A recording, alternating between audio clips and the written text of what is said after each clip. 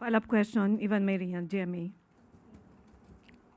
Tungkol ito sa sa status ni Senator Bato de la Rosa na sabi ng Office of the Solicitor General ay isang pugante at dapat nating kilalanin ng warrant from the ICC. Last week, ang sabi po ng Pangulo sa kanyang statement, wala siyang utos na arestuhin si Senator Bato. Ganun pa rin po ba ang utos niya despite the position of the OSG that Senator Bato is a fugitive? Kung ano po ang dapat na gawin, nagsalita na po ang DOJ na sa ngayon dahil meron po tayong hinihintay na desisyon mula sa Supreme Court at iginagalang po ng Pangulo at ng administrasyon ang nakabingbing kaso sa Supreme Court. Ngunit hindi kailangang tumakas palabas ng bansa si Senator Bato de la Rosa. Kapag siya ay nagtangka, ayon na rin sa DOJ, siya ay huhulihin. So kung yun po ang posisyon ng Pangulo last week, pwede po ito magbago depende sa magiging development sa pending na petisyon sa Supreme Court. Opo. Pangalawang tanong ko lang po, as President and as a former member of the Senate, may nabanggit po ba ang Pangulo sa inyo on what he thinks, how he feels about what's happening in the Senate presently? Sa ngayon po, ang alam po natin sa Pangulo ay kailangan lang ipatupad kung ano ang nasa batas. Hindi kailangan na ang bawat isa ay sariling pagyaman ang gawin. Hindi ang iilang interes ang dapat na pagyamanin, kundi dapat tumugon kung ano ang sinasabi ng konstitusyon, patupad kung ano ang sinasabi ng batas. Did you hear him express, galit ho ba siya? Dismayado siya? Nalulungkot siya sa nangyayari sa Senado ngayon? Sa huling pangyayari, patungkol dun sa di umano na pagtakas at pagkawala kahit na may protective custody ang Senado, nakakadismaya naman talaga. Sinabi po yun ng Pangulo that he is disappointed with how Nung things are turning out. nung nagkaroon po ng meeting, inalam niya kung anong pangyayari at makikita mo sa itsura ng Pangulo at kung paano siya magtanong sa mga cabinet secretaries, nandun po yung disappointment. Hindi sa cabinet secretaries, kundi sa pangyayari sa Senado. Follow-up question mula kay Katrina Domingo, ABS-CBN. Ma'am, yung tanong ng marami ngayon, I would like to direct to the President. Kung hindi ka pagalit, bakit? Kung hindi ka pagalit, bakit? Yes, with the What do you mean? performance of the arrest, because this is not the first time that the Philippines tried to serve an arrest warrant from the ICC. The public has been comparing the performance of former PNP Chief Torre compared to the failure of the NBI to serve the arrest warrant against De La Rosa. Bakit po hindi na-hold accountable kung sino mang ahensya yun pong nagkulang para maipatupad yung pagsaserve ng arrest warrant? I-correct po natin to. There was no failure on the part of the NBI agents. Hinarang sila. But was it right for the NBI to succumb to the authority of the Senate na ilagay under, na ipahinto o ipahalt o isuspend yung pagsaserve ng arrest warrant while he is under protective custody? The question is, was the Senate correct in interfering with the service of the warrant of arrest? But was it right for the NBI to actually adhere to the demand of that demand of the Senate kung wala naman pong legal basis according to some analysts? Dito makikita nyo kung sino ang may respeto sa isang institusyon at sino ang hindi rumispeto sa batas. Sunod na tanong mula kay Hannah Sancho, DZAR. Hi, ma'am. Yung nangyari po sa Senate po, with all yung tawag ni Senator Amy, Senate siege, do we may reaction po ba yung Pangulo given na naging senador siya, kung mako-consider niya ba na desecration ng institution yung nangyari po? Senate siege. Was it under attack? It was not. The Senate was not under attack. You can see that from the news, not only from the statements of the NBI and PNP, it was only the statement made by Senator Alan Cayetano. So as far as we are concerned, as far as the government is concerned, Senate was never under attack. And this is also the position of the President po, Of ma'am. course.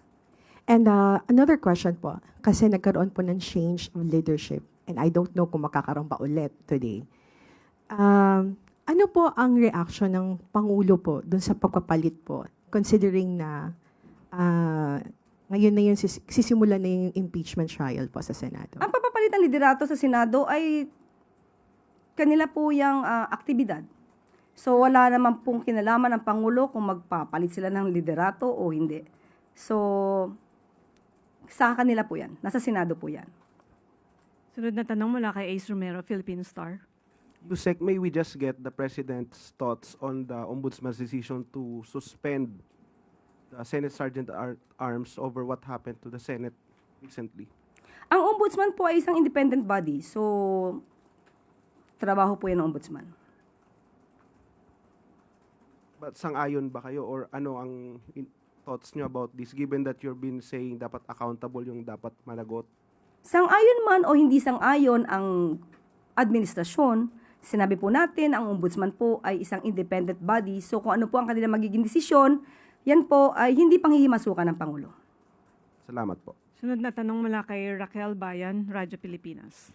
Yusek, para hindi na lang po maulit yung komosyon ng nangyari sa Senado at para hindi na rin po maulit yung long hours ng pag-aantay ng dating hinuhuli po si dating Pangulong Rodrigo Duterte at para hindi na rin po masyadong magamit yung resources ng gobyerno with the Malacanang call kay Senator Bato de la Rosa na isuko na lang po yung sarili niya.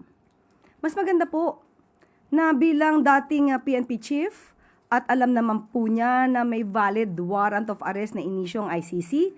At katulad ng sinasabi dati ni Senator Robin Padilla, kung walang kasalanan, lumabas.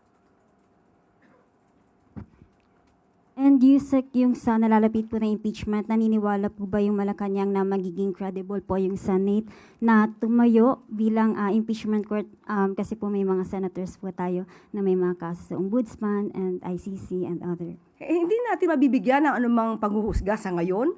Ang mga magiging senator judges, nasa kanila po yan. Tandaan lamang po nila na sila ay halal ng bayan.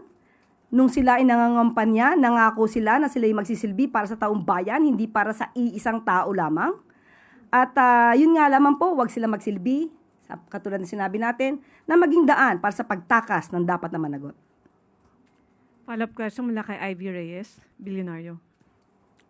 Isang follow-up lang po din sa statement nyo that the Senate was never under attack. So, can we get a categorical answer if the palace shares the sentiment of the NBI that it was staged? I cannot say anything about that. I cannot make a judgment if it is staged, orchestrated, planned. But you can assess that from the reports also made by some journalists, some reporters. So kayo na po mag-assess. Okay, wala nang tanong mula sa Malacanang Press Corps. Bako naman tayo sa regional media. Mula kay Daphne Santuyo ng Kagay News Magazine, with the latest development in the Senate, the escape of Senator Bato, the alleged involvement of Senator Robin Padilla and SP Alan Peter Cayetano, the refusal to receive suspension and CCTV subpoena, what will be the concrete measures which can be done by the Office of the President?